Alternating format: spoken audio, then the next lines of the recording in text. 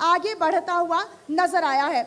मैं अब हमारे साथ क्योंकि लगातार प्रद्युम्न सिंह तोमर जी भी लगातार मौजूद हैं, अब मैं उनके साथ इस सेशन को आगे बढ़ाना चाहूँगी और मैं हमारे चैनल हेड मनोज जी से आग्रह करूँगी कि वो भी मंच पर आए और इस सेशन को आगे बढ़ाएं।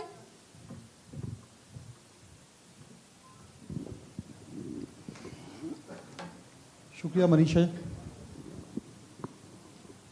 हम अब सेशन को आगे बढ़ाते हैं और इसी क्रम में प्रदेश के ऊर्जा मंत्री जो कि खुद ऊर्जावान भी हैं, प्रद्युम्न सिंह तोमर जी इस वक्त हमारे साथ मौजूद हैं।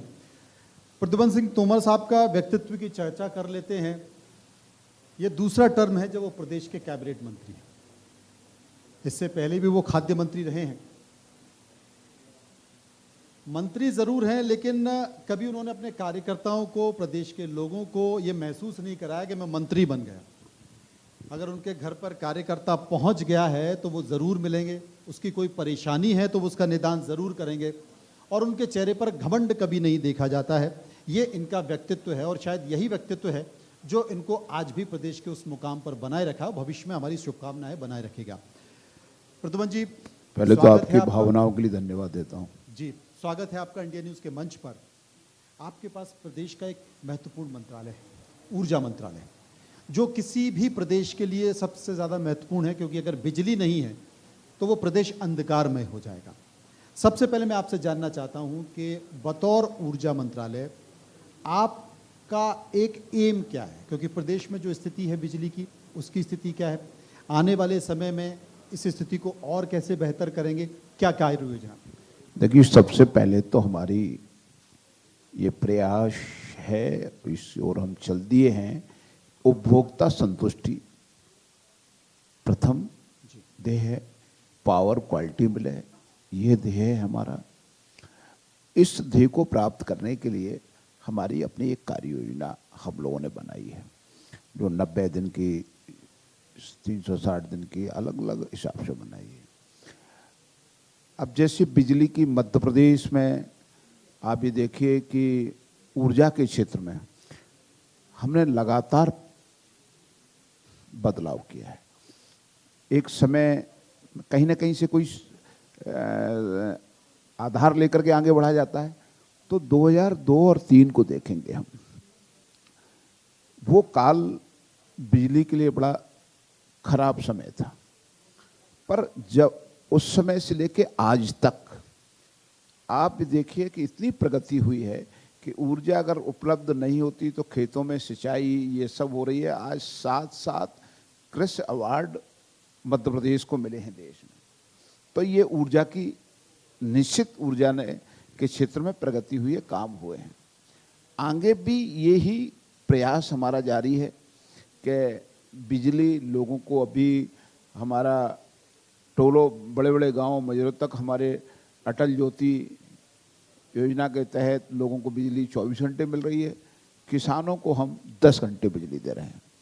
अब हमारी कार्य योजना है कि किसानों को, अभी कभी देखा वो सर्दियों में रात में परेशान होते हैं, उनको भी दिन में बिजली मिले। इसके लिए हम कुसुम सी और कुसुम ए के माध्यम से, सोलर ऊर्जा के माध्यम से और उनको मिले, ये प्रयास हम कर रहे हैं। जी, मुझे अच्छे से याद है कि मध्य प्रदेश के तत्कालीन मुख्यमंत्री शिवराज सिंह चौहान ये दावा करते थे कि हम ऊर्जा के मामले में, बिजली के मामले में इतने आत्मनिर्भर है कि दूसरे राज्यों को हम बिजली बेच रहे हैं। क्या स्थिति अब भी वही है? निश्चित रूप से आज भी हमारा प्रदेश सरप्लस है बिजली में, ये हमें गौरव प्राप्त है। बीच में और अभी हमने 2 नई इकाइयाँ 660 मेगावाट की ताप योजना का भूमि पूजन तत्कालीन मुख्यमंत्री माननीय शिवराज सिंह के नेतृत्व में, मैं खुद ऊर्जा मंत्री था उस समय, किया है। उनकी तरफ हमने टेंडर निकाल दिया, काम शुरू कर दिया है। तो जैसे जैसे मांग बढ़ रही है वैसे वैसे हम, हमारा उत्पादन और कैसे स्रोत बढ़ें ऊर्जा के, मतलब सौर ऊर्जा से, जल से, ताप से कैसे अपने उत्पादन स्वयं बढ़ाएं और आत्मनिर्भर हैं, आत्मनिर्भर और बने रहें, उसकी तरफ हमारा काम जारी है। कहीं ना कहीं बिजली को लेकर डिमांड और सप्लाई की भी एक स्थिति होती है। ये कहा जाता है क्योंकि कभी कभी जब बिजली का संकट आता है तो लगता है कि कोयले का परेशानी आ गई है और कोयला उस तरीके से नहीं मिल पा रहा। आप मानते हैं कि इसके लिए या इसके आत्मनिर्भरता के लिए कुछ और कोल ब्लॉक लेने की बात हो रही है? एक सतत प्रक्रिया है। मैंने कहा जैसे 2 इकाइयाँ कर रहे हैं, अभी हमारा और अभी हम जैसे कुसुम ऊर्जा के तहत जो है कुसुम सी की हम डिमांड निकाले है, टेंडर निकाले हैं, उसमें लोग भाग ले रहे हैं और हर क्षेत्र में जैसे हम प्रयास निरंतर है, ये सतत प्रक्रिया हम कर रहे हैं। कई सारे राज्य चूंकि चुनाव होते हैं तो चुनाव की अपनी मजबूरियां होती हैं और बहुत सारे राज्य हैं जो फ्रीबीज की घोषणाएं कर रहे हैं और फ्रीबीज की घोषणाओं में बिजली विभाग, ऊर्जा विभाग भी कहीं ना कहीं से अछूता नहीं है, सबसे ज़्यादा प्रभावित इसे कह सकते हैं। मध्य प्रदेश में भी सब्सिडी बिजली देने की बात की गई है, जो गरीब लोग हैं उनको बिजली देने की बात की गई है। आप मानते हैं कि इसके कारण ऊर्जा विभाग दबाव में है? और अगर ये योजना इसी तरह से चलती रही तो जिस तरीके से एक आत्मनिर्भर विभाग को बनाने की बात की जा रही है उस पर परेशानी हो सकती है, आगे दबाव पड़ सकता है, उससे निकलने के लिए या उस पर कोई सुझाव या कोई कार्य योजना पर काम? देखिए, मैं आपकी बात से सहमत हूँ। कुछ बातें मैं आपको कहूँगा कि हमारा देश के यशस्वी प्रधानमंत्री माननीय नरेंद्र मोदी जी की बड़ी साफ मंशा है कि अंतिम पंक्ति के अंतिम व्यक्ति को भी उसका बेटा पढ़ सके, उसे लट्टू उसके घर में जले। तो सौर ऊर्जा की तरफ उनका ध्यान है कि बिजली उसके माध्यम से लोगों को निःशुल्क मिले। हमारी ये मंशा है कि सब्सिडी कम हो पर हम लोगों को आत्मनिर्भर बनाएं। जैसे हमारे मध्य प्रदेश में अभी 9,36,000 अनुसूचित जाति, अनुसूचित जनजाति के लोगों को 5 आवर की बिजली हम फ्री देते हैं। हमारा उद्देश्य है कि वो आत्मनिर्भर बने। तो धीरे धीरे हमारी कार्य योजना है कि हम धीरे धीरे अपनी लोगों को आत्मनिर्भर बना करके वो सब्सिडी से हम एक कार्य योजना बना के कम करें। इस पे हमारा मध्य प्रदेश ने कदम आगे बढ़ा दिए हैं। प्रद्युम्न जी, आप बीजेपी में तो हैं लेकिन ज्योतिरादित्य सिंधिया गुट के मंत्री हैं, ये कहा जाता है, माना भी जाता है और महसूस भी कराया जाता होगा आपको। कमलनाथ जी के सरकार में मुझे अच्छे से याद है कि कैबिनेट की बैठक होती थी और अगर आप किसी बात से सहमत नहीं होते थे तो अपनी बात पर अड़ जाते थे और उसका विरोध भी उस तरीके से करते थे। बहुत सारी चीज़ें जो अभी भी स्वाभाविक तौर पर आपको ठीक नहीं लगती होंगी, चाहे वो कर्मचारी की बातें हों, अधिकारियों की बातें हों या विभाग की बातें हों, क्या उस तरीके से बात आप अपनी रख पाते हैं? देखिए, मैं आपको ये कहूँ कि ये मैं अपने आप को गौरवान्वित महसूस करता हूँ कि कैलाशवासी महाराज माधवराव सिंधिया के मार्गदर्शन में मुझे काम करने का मौका मिला। मुझे माननीय श्रीमन ज्योतिरादित्य सिंधिया जी के साथ एक लंबा समय काम करते हुए हो गया। मुझे ध्यान है कि प्रथम विधायक का चुनाव में कांग्रेस से लड़ा था और उस समय हमारे प्रदेश अध्यक्ष सुरेश पचौरी जी हुआ करते थे, उनका भी आशीर्वाद मुझे मिला है। तो अब मैं आपसे कह रहा हूं कि मैं अपनी बात, ये चाहे वहां मैं रहा, आज यहां भी अपनी बात रखने की भारतीय जनता पार्टी में लोगों को एक लोकतांत्रिक तरीके से अपना बात रखने का पूरा अधिकार है और हम लोग आपस में चर्चा करके ही कोई सामूहिक रूप से निर्णय करते हैं, कोई एक व्यक्ति विशेष का निर्णय नहीं होता है। तो ये सौभाग्य हमें पार्टी में मिला है और अपनी बात हम जनहित की रख पाते हैं। बहुत कम समय में कई सारे संक्रमण काल से आप गुजर गए। कांग्रेस से बीजेपी में आना, तो मुख्यमंत्री शिवराज सिंह चौहान का होना, उसके बाद फिर विधानसभा उपचुनाव, विधानसभा आना, विधानसभा के बाद जब विधानसभा हुए, सरकार में आप आए तो शिवराज सिंह चौहान दिल्ली चले गए और नए मुख्यमंत्री के तौर पर मोहन यादव आ गए। इस पूरे सफर में या इस पूरे संक्रमण काल में आपको कहीं कोई परेशानी तो नहीं हुई? देखिए, मैं आपको ये कहना चाहता हूँ कि सबसे पहले तो मैं आपको ये कहूँ, थोड़ा सा आपसे विषय से हटके, कि आज जो राजनीति में मैं हूँ, मेरे अंदर मैं एक सेवक हूँ जी। सेवा, मेरे पिताजी ने भी कहा कि तुम सेवा बहुत अच्छी कर सकते हो।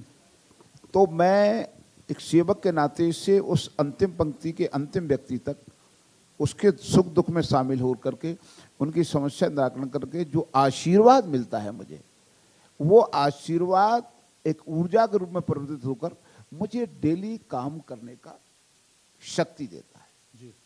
और वो शक्ति हर समस्या के समाधान का कारक है, मतलब निराकरण करती है। इसलिए मुझे जन सेवा के काम में कोई दिक्कत परेशानी नहीं है। मुझे बड़ा स्नेह आशीर्वाद उस समय के तत्कालीन मुख्यमंत्री माननीय शिवराज सिंह जी के नेतृत्व में, चाहे हमारे वर्तमान मुख्यमंत्री डॉक्टर मोहन यादव जी के नेतृत्व में और पार्टी के वरिष्ठ नेताओं के नेतृत्व में मिल रहा है। वो मैंने कई सारे उदाहरण देखे हैं। प्रद्युम्न सिंह तोमर क्षत्रिय हैं, लेकिन जिस जनसेवा की बात वो कर रहे हैं, जनसेवा का एक छोटा सा उदाहरण देता हूं कि जब भी वो जनसंपर्क में जाते हैं और नगर निगम या नगर निगम के कर्मचारियों की स्थिति पता है, और अगर किसी ने शिकायत कर दी कि साहब देखिए नगर निगम के कर्मचारी सफाई नहीं कर रहे, हमारी नाली भरी हुई है, तो प्रद्युम्न सिंह इस बात की चिंता नहीं करते कि वो प्रदेश के कैबिनेट मंत्री हैं, वो इस बात की चिंता नहीं करते हैं कि वो क्षत्रिय हैं, वो उस नाले में खुद ही उतर जाते हैं और फावड़ा लेकर उसको साफ करने लगते हैं। ये जनसेवा का भाव प्रद्युम्न सिंह तोमर का है, और जिसकी सभी लोग सराहना भी करते हैं कि अगर जनसेवा का भाव अगर आपके अंदर ये है, तो आपके तमाम जो दूसरे कार्यकर्ता हैं या आपके अधिकारी हैं, कर्मचारी, उनको एक संकेत भी देता है कि जब मैं कर सकता हूं तो कम से कम आप तो अपना काम ठीक से कर लो। प्रद्युम्न जी, आप ग्वालियर के हैं, आपको लगता है ग्वालियर में ज्योतिरादित्य सिंधिया रहे, केंद्र में है, नरेंद्र सिंह जी भी केंद्र में रहे, विधानसभा अध्यक्ष हैं, मध्य प्रदेश में भी प्रतिनिधित्व ग्वालियर से रहा है, लेकिन ग्वालियर का जो विकास होना चाहिए था ग्वालियर संभाग का, वो विकास क्या हो पाया? प्रदेश में विकास के तौर पर, योजनाओं के तौर पर अपनी उपस्थिति ग्वालियर दे पाया क्या? देखिए, मैं आपसे निश्चित रूप से मैं ये बात कह सकता हूँ कि ग्वालियर जब 1 नवंबर 1956 को मध्य प्रदेश का गठन हुआ था, तब प्रदेश के 4 महानगर इंदौर, भोपाल, जबलपुर और ग्वालियर हर क्षेत्र में अव्वल था, प्रथम नंबर था। निश्चित रूप से देश काल की परिस्थिति में थोड़ा सा पिछड़ा है, पर पिछले कुछ समय से विकास की गति बहुत तेज हुई है। आप देखिए कि ग्वालियर में एयरपोर्ट बहुत कम समय में, जिस उस समय नागरिक उड्डयन मंत्री श्रीमती ज्योतिरादित्य सिंधिया जी थे, उन्होंने ही उसका माननीय अमित शाह की उपस्थिति में उसका भूमि पूजन किया और 16 महीने से कम समय में उसका लोकार्पण माननीय नरेंद्र मोदी जी के हाथों से हुआ। विशाल, आज प्रदेश का सबसे बड़ा एयरपोर्ट है वो। आप देखिए कि प्रदेश का सबसे बड़ा एलिवेटेड रोड स्वर्ण रेखा नाले पे बन रहा है, 1000 बिस्तर का अस्पताल बन के तैयार हुआ है। आवागमन के लिए 3 चीजें हैं, या तो वायुयान से या रेल से या आदमी अपने स्वयं के वाहन से या बस द्वारा आता है। तो हमारे देखिए एयरपोर्ट भी सही हो गया, हमारे यहाँ का रेलवे स्टेशन का सौंदर्यीकरण का और विकास का कार्य जारी है, और हमारे यहाँ का बस अड्डा भी एक एयरपोर्ट से बेहतर बन गया है। ये काफी है प्रदेश? नहीं, ये होने से क्या फायदा होगा, मैं समझिए कि हमारा उद्योगपति दिल्ली के हम राजधानी के बगल से लगे हुए हैं, तो अब उद्योगपतियों के आवागमन का रास्ता सुगम हो गया है। हमारे यहाँ फ्लैटों की संख्या बढ़ गई है, तो उद्योगपति कहाँ आएगा? ग्वालियर की तरफ मूव करेगा। और ग्वालियर में पर्यटन के भी आप देखिए कि श्योपुर में चीता आ गया है, शिवपुरी में भी बाघ आ गए हैं, तो ये हर दृष्टि से थोड़ा सा रुकने का नाम ही नहीं ले रहा है। कभी वो राजस्थान चला जा रहा है, कहीं कहीं और चला जा रहा है। ये बात आपकी सही है, पर धीरे धीरे सब सेट होगा, स्थिरता आएगी। चीतों को बताना पड़ेगा। हाँ, तो मेरा आपसे कहना है कि ये अब ग्वालियर एक औद्योगिक, पुनः जो औद्योगिक नगरी 1 नवंबर 1956 को थी, फिर औद्योगिक नगरी बनेगी, ऐसा मुझे विश्वास है। देश के यशस्वी प्रधानमंत्री माननीय नरेंद्र मोदी जी के नेतृत्व में, माननीय डॉक्टर मोहन यादव जी के मार्गदर्शन में, हमारे वहाँ के स्थानीय नेता माननीय श्रीमती ज्योतिरादित्य सिंधिया जी और अन्य वरिष्ठ नेतृत्व के सहयोग से ग्वालियर पुनः प्रगति की ओर। मुझे ये कहने में कोई संकोच नहीं है कि स्वर्गीय माधवराव सिंधिया जी ने ग्वालियर की जो परिकल्पना की, उस परिकल्पना के तहत वो जानते थे कि अगर आबादी बढ़ेगी, युवाओं की संख्या बढ़ेगी, तो उसको रोजगार देना बहुत ज़रूरी है।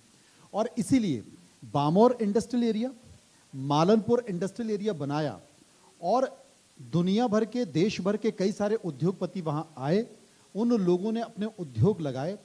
लेकिन आज की स्थिति में दोनों इंडस्ट्रियल एरिया रो रहे हैं, उद्योगपति वहाँ से छोड़कर भाग रहे हैं। आप कह रहे हो ये सड़कें और हवाई जहाज रहेंगे तो वहाँ पर ये उद्योगपति आएंगे, लेकिन जो हैं उन्हीं को हम नहीं संभाल पा रहे। उसके पीछे का कारण क्या है? मनोज जी, मैं बीच में निश्चित रूप से आपकी भावनाओं का सम्मान करता हूं कि रुकावट आई, परंतु आज आप देखेंगे उन इंडस्ट्रियल एरिया में पुनः लोग लौट रहे हैं। अभी कल ही मुझे एक उद्योगपति बता रहे थे कि हम नया एक उद्योग मालूमपुर में ले जा रहे हैं, और हम लोगों का प्रयास है कि जो मैंने बताया कि अधोसंरचना विकास हो चुका है, अब उसके अनुकूल वातावरण बनाना है। तो वातावरण बनाने का काम भी हम लोगों ने अपने स्तरों पे शुरू किया है और वहाँ के लोग भी जागरूक हुए। तो आप और प्रदेश में उद्योग के प्रति वातावरण पैदा हो रहा है। आपको नहीं लगता है कि बहुत सारे क्षेत्र हैं, चाहे वो इंजीनियरिंग का हो, चाहे वो एजुकेशन का हो, चाहे वो व्यापार का हो, कहीं ना कहीं ग्वालियर के विकास में एक जो बड़ी रुकावट है वो वहाँ की राजनीति है, मानते हैं आप? देखिए, ये भी आप मानिए कि राजनीति अगर रुकावट होती तो राजनीति एक उसमें सहायक भी हो सकती है। आज जितनी योजनाएं जो हमने गिनाई हैं, जो राजनीतिक के कारण से वहां पे आई हैं, जो लंबे समय से इंतजार कर रही थी, लेकिन उस कैनवस पर वो रंग भी तो नहीं उकेर पा रही है जो पुराने जमाने या पुराने नेता उकेर चुके हैं। उसके पीछे का कारण मैं मनु जी, आप जो बात कहना चाहते हैं मैं इस बात को नकार नहीं रहा, परंतु ये भी जरूरी है कि देश काल के हिसाब से परिस्थितियां बदलती रहती हैं, और ग्वालियर वर्तमान परिदृश्य में पुरानी बहाली के लिए, पुराना विकास का जो उसका स्वरूप था उस पर फिर चमकेगा, ये भरोसा मैं ये आपको कह सकते हैं कि ये वक्त भी गुजर जाएगा। हाँ, नहीं चमकेगा। चमकेगा। प्रद्युमन जी, चूंकि डॉक्टर्स वीक हम लोग ये कार्यक्रम कर रहे हैं, देश भर के तमाम जो राज्य राजधानी है वहाँ पर हम लोग सामाजिक क्षेत्र या डॉक्टर्स के सम्मान में ये कार्यक्रम करते हैं। कोविड काल गुजरा और कोविड काल में आपको भी कई बार कोविड हुआ, लेकिन आपने लोगों से मिलना जुलना बंद नहीं किया, लोगों की परेशानियों को समझा, दिन हो रात हो फ़ोन लगाए, अस्पताल भी गए, ये जाने हुए कि कहीं कोई नुकसान खुद को ना हो जाए। और डॉक्टर्स जिन्हें भगवान कहा जाता है, पैरामेडिकल स्टाफ, क्या कहेंगे उनको उन योगदान को लेकर? देखिए, मैं निश्चित रूप से आज से नहीं, और ये कट सत्य भी है कि भगवान के बाद द्वितीय भगवान में डॉक्टरों को मानता हूँ।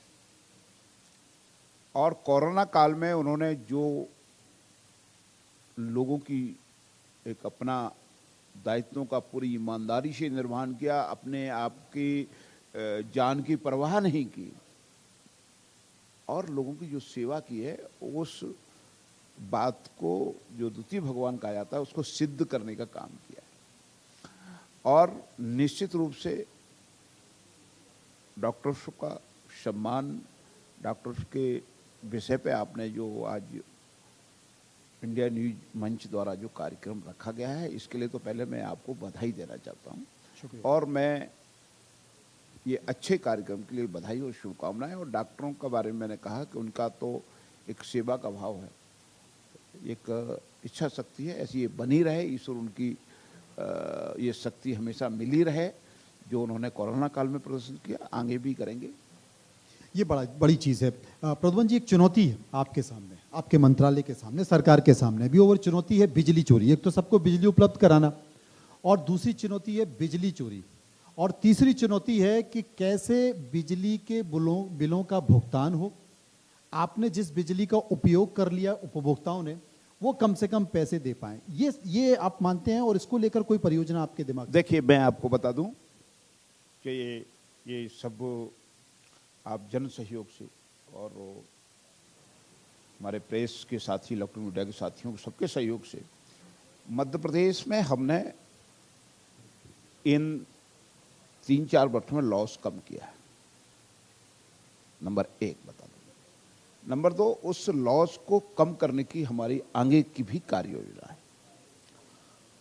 2 चीज़ें बड़ी सही है कि हमको उपभोक्ता संतुष्टि के लिए उनको जहाँ पे पहले जो लोग पूरा राजस्व दे रहे हैं पहला दायित्व हमारा है कि उनके यहाँ ट्रिपिंग ना हो।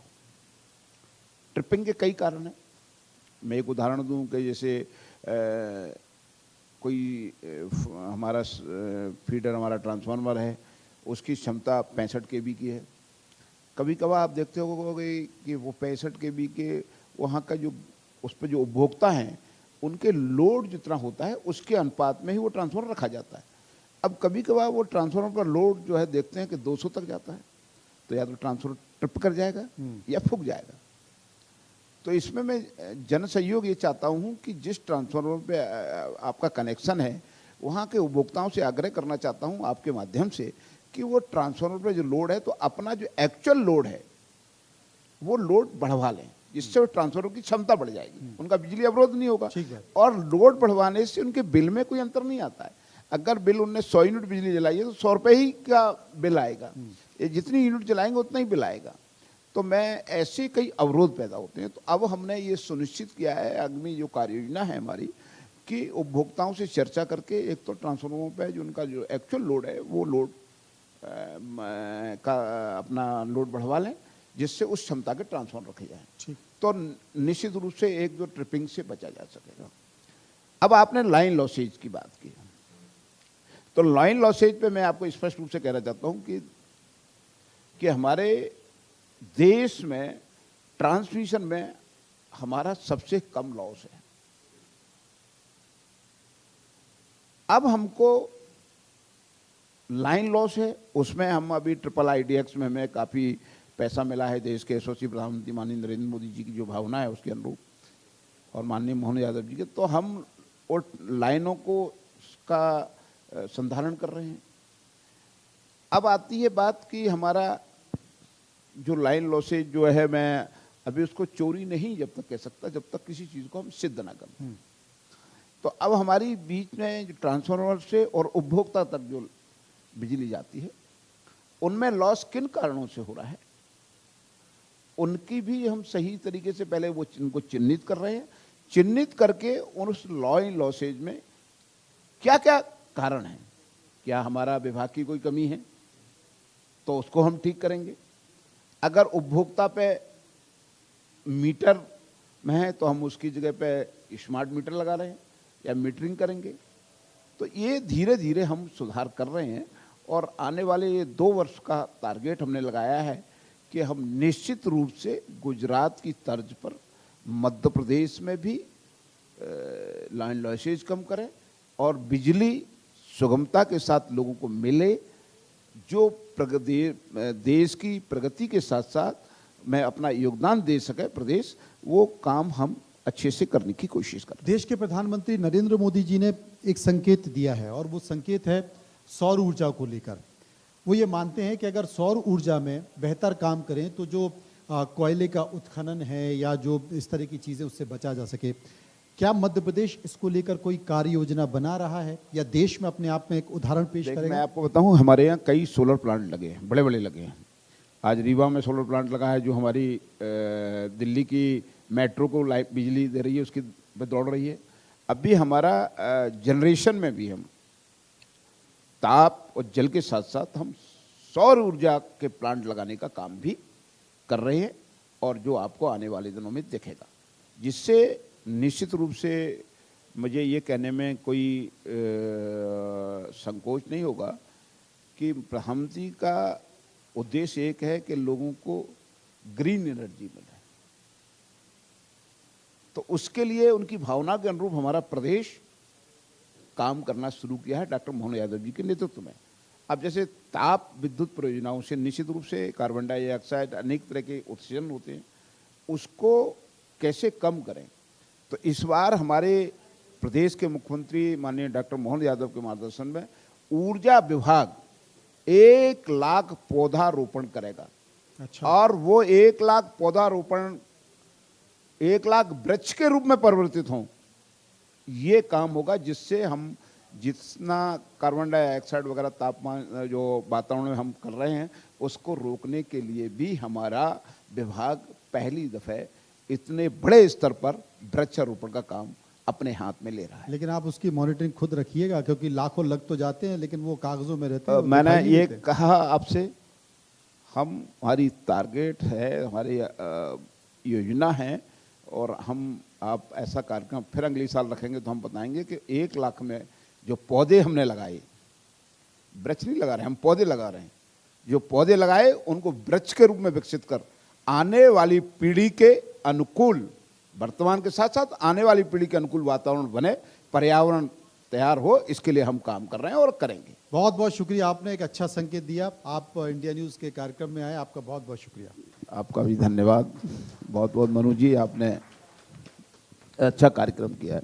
बहुत शुक्रिया सर, बहुत शुक्रिया। और मुझे उम्मीद है कि यहाँ पर जितने भी लोगों ने आपको सुना होगा, लिहाजा उन पर अमल भी किया जाएगा और जो रोड मैप है उस पर भी विचार किया जा रहा है। मैं अब स्मृति चिन्ह देकर सम्मानित करने के लिए आग्रह करना चाहूँगी हमारे चैनल हेड मनु जी, जो कि मंच पर मौजूद हैं। मनोज जी, स्मृति चिन्ह देकर मंत्री जी को सम्मानित कीजिए।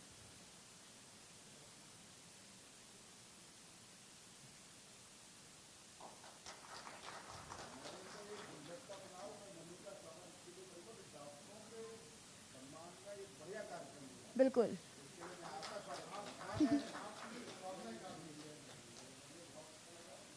जोरदार तालियां हो जाए, एक बार जोरदार तालियां हो जाएं। और देखिए, इंडिया न्यूज़ इस तरह के कार्यक्रम लगातार करता है जो लोगों के लिए सफल साबित होते हैं, और लगातार हम इस तरह के कार्यक्रम करते हैं। बहुत शुक्रिया आप दोनों का हमारे साथ इस सेशन में चर्चा करने के लिए। और लगातार किस तरीके से जो medically speaking the Sushruta award लगातार जारी है, और ये कारवां आगे भी जारी रहेगा, लेकिन वक्त एक छोटे से ब्रेक का है। लेकिन आप कहीं मत जाइएगा, हमारे साथ आपका ये कारवां ब्रेक के बाद भी लगातार जारी रहेगा।